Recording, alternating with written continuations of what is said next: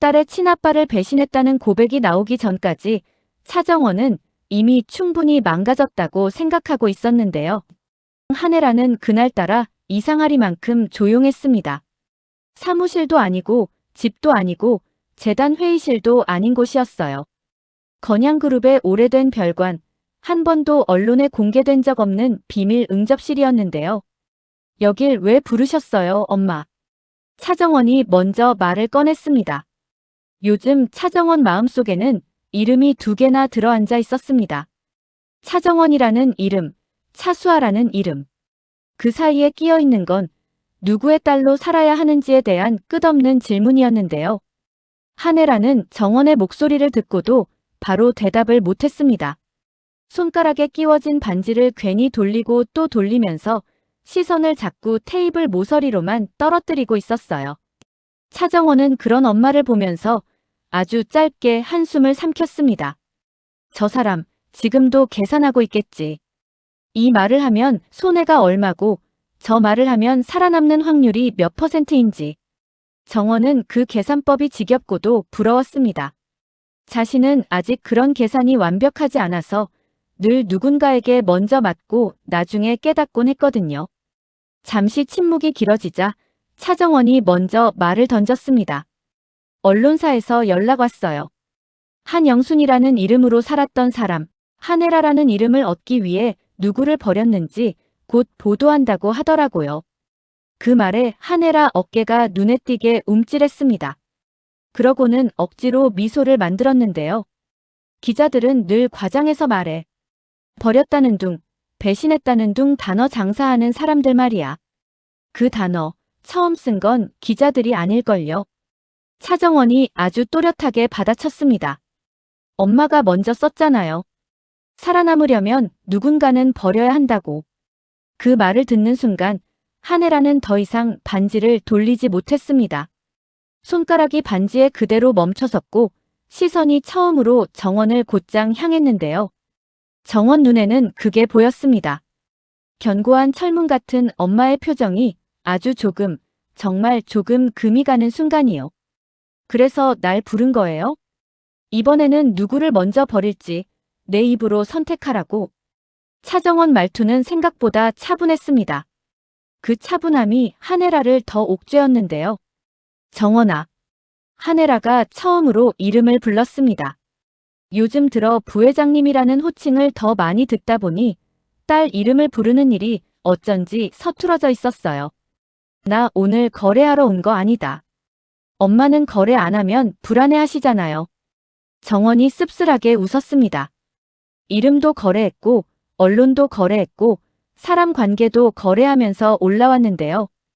오늘은 무슨 예외를 만들려고요? 한혜라는 그 말에 잠깐 눈을 감았습니다. 그리고 아주 조용히 숨을 한 번 크게 삼켰습니다. 내 아빠 이야기하러 왔다. 순간 공기가 한 번 꺾였습니다. 차정원은 아빠라는 단어에 아직도 복잡한 반응을 보이는 사람이었거든요.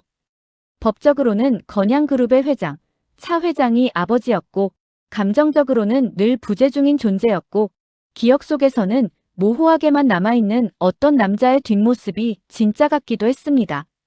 나한테 아빠는 2명이잖아요. 정원이 조용히 말했습니다.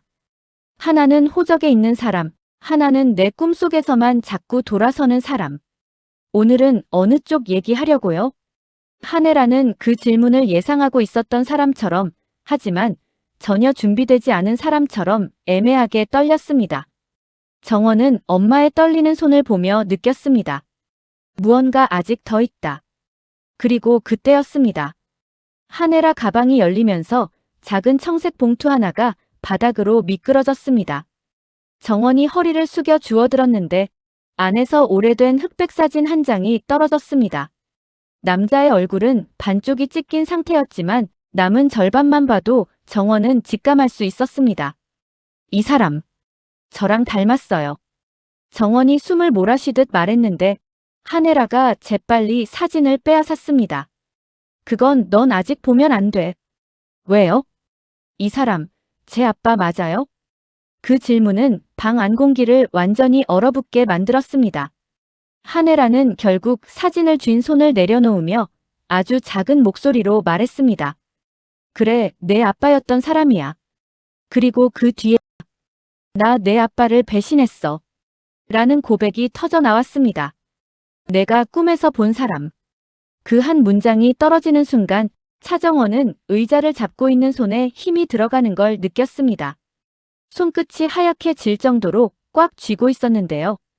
엄마, 그 사람 진짜 있었어요? 한혜라는 대답 대신 고개를 아주 천천히 끄덕였습니다. 그 고개 끄덕임 하나에 정원 머릿속에서 여러 장면이 동시에 떠올랐습니다. 어릴 때 누군가가 등을 토닥여주던 느낌. 비 오는 날 우산을 씌워주던 손. 웃을 때마다 유난히 목이 먼저 젖어가던 목소리.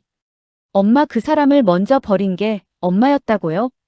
정원이 떨리는 목소리로 묻는 순간 어릴 때 묻어두었던 기억 하나가 갑자기 떠올랐습니다. 기억 속에서 한혜라는 어린 정원의 어깨를 붙잡고 말했었습니다. 밖에서 누가 내 이름 물어보면 그냥 수아라고 해. 알았지? 절대 정원이라고 말하면 안 돼. 정원은 그 말을 이해하지 못했었지만 그 뒤로 이상하게 학교에서 친구들에게 왜 이름이 두 개냐고 물어보면 대답을 하지 못했던 때가 떠올랐습니다. 엄마 그때 왜 그러라고 했어요?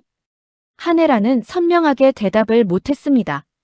눈을 감은 채 오래된 죄책감이 겹겹이 쌓인 표정이 내려앉았습니다. 그건 너를 지키려는 게 아니라 내가 들키지 않으려 했던 거였다. 정원은 그 말에 더 깊게 무너져 갔습니다. 있었고 내 옆에 서 있던 사람이었다. 한혜라가 힘겹게 말을 이었습니다. 그리고 내가 배신했던 사람이야. 정원은 그 말을 이해하기까지 시간이 조금 걸렸습니다. 있었다와 배신했다 사이를 머릿속에서 연결하는데 이상하게 심장이 먼저 반응하더라고요. 내 아빠를 내가 배신했어. 그 말이 나오는 순간 한혜라 눈가가 정말로 무너져 내렸습니다. 늘 회의실에서 철벽 같은 표정을 유지하던 그 사람이 기껏해야 주주총회에서 한 번 눈시울을 적시는 척만 하던 그 사람이 오늘은 연기도 아닌 진짜 울음을 터뜨리고 있었어요. 눈물이 뚝뚝 떨어지는 소리가 정원 귀에는 이상하게 크게 들렸습니다. 엄마, 지금 무슨 말하는 건지 알아요, 본인이? 알아. 그래서 더 무섭다. 한혜라는 손수건조차 제대로 꺼내지 못한 채 손등으로 눈을 닦았습니다. 난 늘 누가 누구를 먼저 버렸냐고 그 질문을 남들한테 던지면서 살아왔는데 처음으로 그 질문이 나한테 되돌아온 것 같아서 정원은 아주 조용히 되물었습니다. 그러면 답해보세요. 누가 먼저 버렸어요? 딸이었어요? 아니면 엄마였어요? 아니면 아빠였어요? 그 질문은 칼날처럼 한혜라 가슴을 파고들었습니다. 하지만 그녀는 피하지 않았습니다. 도망칠 여지가 점점 줄어들고 있다는 걸 누구보다 잘 알고 있었거든요. 먼저 버린 건 나였다. 한혜라 목소리가 떨렸습니다. 내 아빠가 마지막까지 버리지 않으려고 했던 게 우리였는데 나는 그 사람을 먼저 손에서 놓았어. 그리고 그 손을 딛고 올라갔고 그 말에 정원 안에서 뭔가가 철컥하고 맞물렸습니다.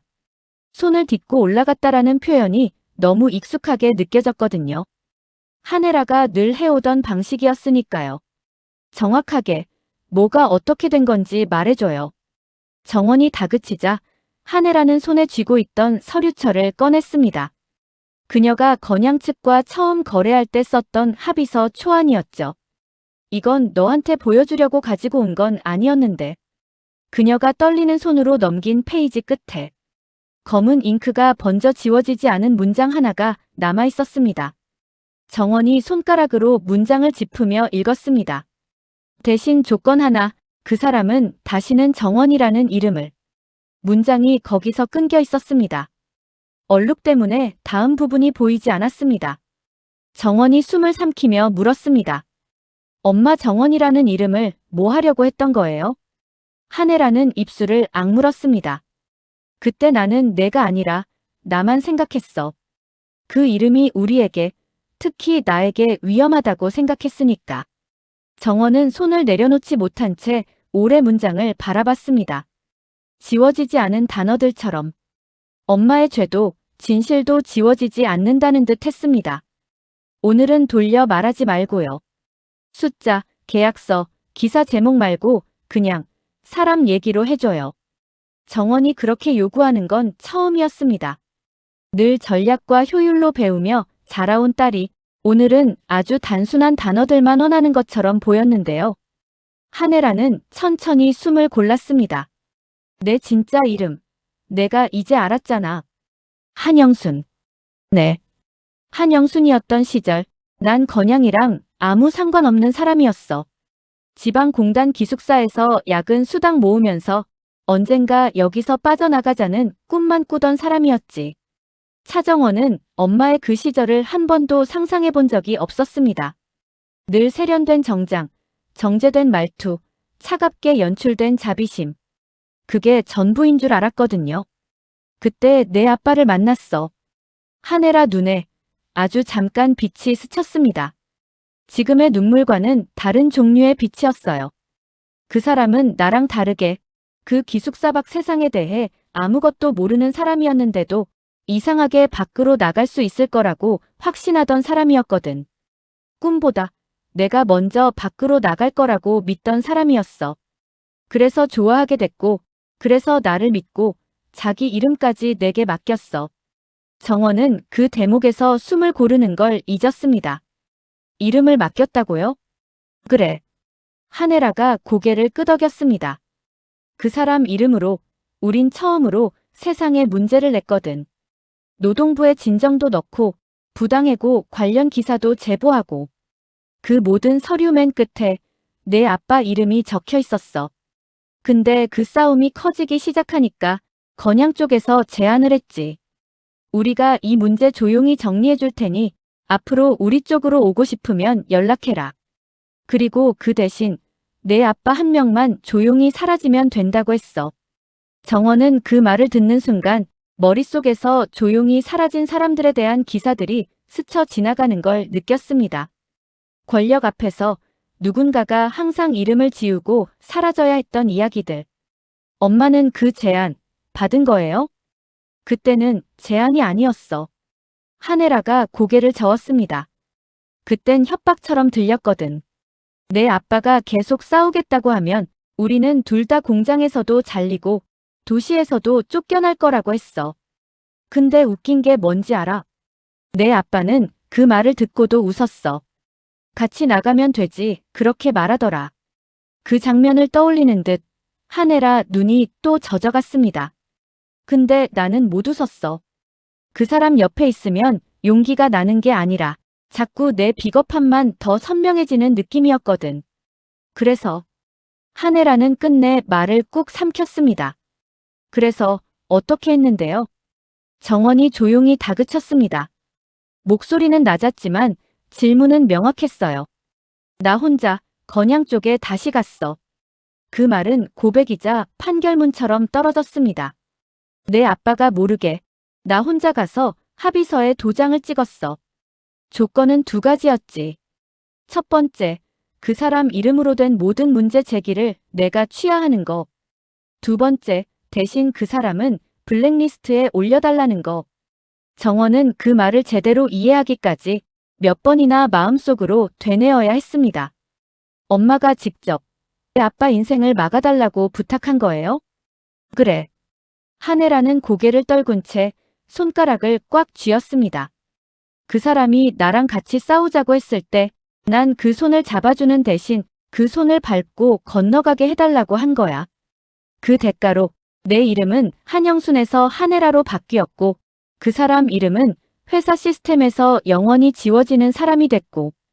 정원은 말문이 막혔습니다. 그동안 신분 세탁이라는 단어를 너무 가볍게 들었거든요. 섀도우 캐비닛, 페이퍼 컴퍼니, 위장 이혼. 그런 단어들 사이에 끼워 넣어 대충 이해하고 있었는데요. 지금 들은 건 훨씬 더 단순하고 훨씬 더 잔인한 이야기였습니다. 누군가는 이름을 얻기 위해 누군가는 이름을 잃어야 했다는 사실. 그래서 그 사람, 지금 어디 있어요?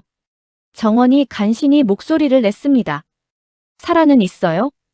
그 질문에는 나한테 아빠가 아직도 한 명이라도 남아있는지에 대한 절박함이 섞여 있었습니다. 한혜라는 바로 대답하지 못했습니다. 눈을 감았다 뜨는 사이 오래전 공장에서 마지막으로 봤던 그의 뒷모습이 떠올랐거든요. 사라졌어. 사라졌다는 게 죽은 뜻이에요? 아니면 엄마가 모른다는 뜻이에요? 정원은 둘 중 어느 쪽이 더 싫은지 그 순간엔 구분하기 어려웠습니다. 난 몰라. 한혜라가 인정했습니다. 그게 내 벌이라고 생각하고 살아왔어. 그 사람이 어디서 어떻게 사는지, 살아는 있는지, 혹시 내가 올라가는 걸 TV로 보고 있지는 않는지 상상만 하면서 정원은 숨을 길게 들이켰다가 조심스럽게 내쉬었습니다. 정원은 어쩐지 말할 수 없는 꺼림칙함이 느껴졌습니다. 엄마의 고백만으로 설명되지 않는 불안이 자꾸 목 뒤를 타고 올라오더라고요. 근데 엄마 나 요즘 이상한 게 있어요. 정원이 낮게 말을 이었습니다. 며칠 전에 공난숙 회장님이 저한테 너는 아직 자기 이름으로 숨 쉬는 법을 모른다고 하시더라고요. 그 말 그냥 훈계가 아니라 뭔가 알고 있는 사람처럼 들렸어요. 한혜라는 표정이 딱 굳었습니다. 정원은 그걸 놓치지 않았습니다. 그리고 진태석 회장 그 사람도 이상하게 나한테 너희 집안 문제라는 표현을 써요. 내가 모르는 걸 왜 남들이 먼저 알고 있는 것처럼 굴까요? 한혜라는 대답을 하지 않았지만 정원은 엄마 눈동자 깊은 곳에서 아주 잠깐 스친 흔들림을 봤습니다. 엄마 말고 다른 누가 이걸 알고 있었던 거지. 그게 정원의 불안을 더욱 키웠습니다. 그 얘기를 왜 지금 해요? 왜 하늘 오빠랑 결혼시키기 전에는 안 했어요? 왜 진세훈 씨랑 처음 다시 마주쳤을 때도 안 했어요? 왜 내가 이름 가지고 휘둘릴 때도 입 다물고 있었어요? 한혜라 입술이 떨렸습니다. 너까지 잃을까봐. 그 대답은 너무 단순해서 순간 정원이 허탈하게 웃음이 나올 뻔했습니다. 엄마, 나 이미 많이 잃었어요. 내 이름도, 내 자리도, 내가 사랑했던 사람들 믿는 마음도 하나씩 다. 남은 건 딱 하나였거든요. 그래도 엄마는 나를 선택하겠지라는 생각. 근데 지금 얘기를 들어보니까 엄마 인생에서 먼저 선택된 사람은 한 번도 가족이 아니었네요. 한혜라는 그 말을 부정하려다가 입을 다물었습니다. 정원이 틀린 말을 하고 있는 게 아니라는 걸 무서우리만큼 잘 알고 있었거든요. 그때 정원의 휴대폰이 진동을 울렸습니다. 화면에는 진세훈 이름이 떴는데요. 정원은 잠깐 망설이다가 전화를 받지 않았습니다. 그 대신 메시지 알림으로 올라온 한 줄만 눈에 들어왔어요. 정원 씨, 그때 블랙리스트 명단에서 이상한 이름 하나 찾았습니다. 얘기 듣고 싶으면 전화 주세요. 정원은 그 문장을 보고 손이 살짝 떨렸습니다. 블랙리스트라는 단어가 이제는 단순한 제보가 아니라 자신 가족 이야기와 직결된다는 걸 알게 됐으니까요. 한혜라는 그 떨림을 알아챘습니다. 누구야? 엄마가 만든 명단을 지금 누가 뒤지고 있나 보는 중이에요. 정원이 냉소 섞인 목소리로 답했습니다. 진세훈 씨예요. 그 이름이 나오는 순간 한혜라 눈빛이 복잡하게 흔들렸습니다. 그 사람은 내 과거 인연이잖아. 이제는 엄마 과거하고도 연결됐을지 모르죠. 정원이 가볍게 받아쳤습니다. 엄마가 발로 밟고 올라간 손이 누구 거였는지 아마 곧 맞춰볼 거예요. 그 사람 스타일 알잖아요. 끝까지 파고드는 성격. 잠깐 정적이 흘렀습니다. 엄마. 정원이 다시 한번 불렀습니다. 그래서 지금 나한테 사과하는 거예요? 언론보다, 진태석보다, 공난숙 회장님보다 먼저 나한테 고백하려고. 한혜라는 딸의 시선을 피하지 않았습니다. 그래. 이번엔 순서를 바꾸고 싶었어. 그 말에는 한혜라만의 단단한 집착이 담겨 있었습니다. 젊었을 때부터 그녀는 늘 순서를 계산해왔거든요. 누가 먼저 기사에 이름이 오를지, 누가 먼저 회의실 문을 나갈지, 누가 먼저 배신을 예감하고 증거를 챙길지. 항상 나는 내 아빠보다 먼저 내 이름을 살렸고 너보다 먼저 내 자리를 지켰어. 근데 이번만큼은 내가 나를 버리더라도 그래도 내 앞에서 먼저 말하고 싶었어. 나 내 아빠 배신했다는 말 남들이 기사 제목으로 쓰기 전에 먼저 내 귀에 넣고 싶었어. 정원은 그 말을 듣는 순간 가슴 한가운데가 뜨거워졌다가 얼어붙는 느낌을 동시에 받았습니다. 알아요? 엄마가 지금 하는 말이 내가 엄마를 이해하게 만들려는 건지 아니면 미워할 시간을 제대로 주려는 건지 나도 헷갈린다는 거. 한혜라는 대답하지 못했습니다. 대신 눈물이 한 번 더 떨어졌습니다. 나 엄마 미워하고 싶거든요. 정원이 솔직하게 말했습니다. 엄마가 내 인생을 팔아서 자기 자리 산 사람이라고 냉정하게 잘라 말하고 싶어요. 근데 정원 목소리가 아주 조금 흔들렸습니다. 근데 오늘 처음으로 엄마가 진짜로 미안하다고 말한 것 같아서 그게 더 짜증나요. 그 말은 자신 안의 모순을 인정하는 고백이기도 했습니다. 한혜라는 그제야 고개를 깊게 숙였습니다. 정원아, 내가 나 용서 안 해도 돼. 용서하라고 부른 거 아니야. 다만 누가 내 아빠를 먼저 버렸는지 내가 평생 오해하지 않았으면 좋겠어서. 내 아빠가 우리를 버린 게 아니라 내가 그 사람을 먼저 버린 거였다고. 그 책임은 나한테 있다고. 그 진실만큼은 다른 사람 입에서 나오기 전에 내 입에서 먼저 나오게 하고 싶었어. 정원은 그 말을 듣고 한참 동안 아무 말도 하지 않았습니다. 응답을 강요하는 사람은 아무도 없었지만 침묵은 또 다른 선택이 될 수 있다는 걸 알고 있었거든요. 잠시 후 그녀는 천천히 일어섰습니다. 그래요. 엄마, 오늘은 여기까지 들을게요. 그 이상은 나도 아직 감당이 안 돼서요.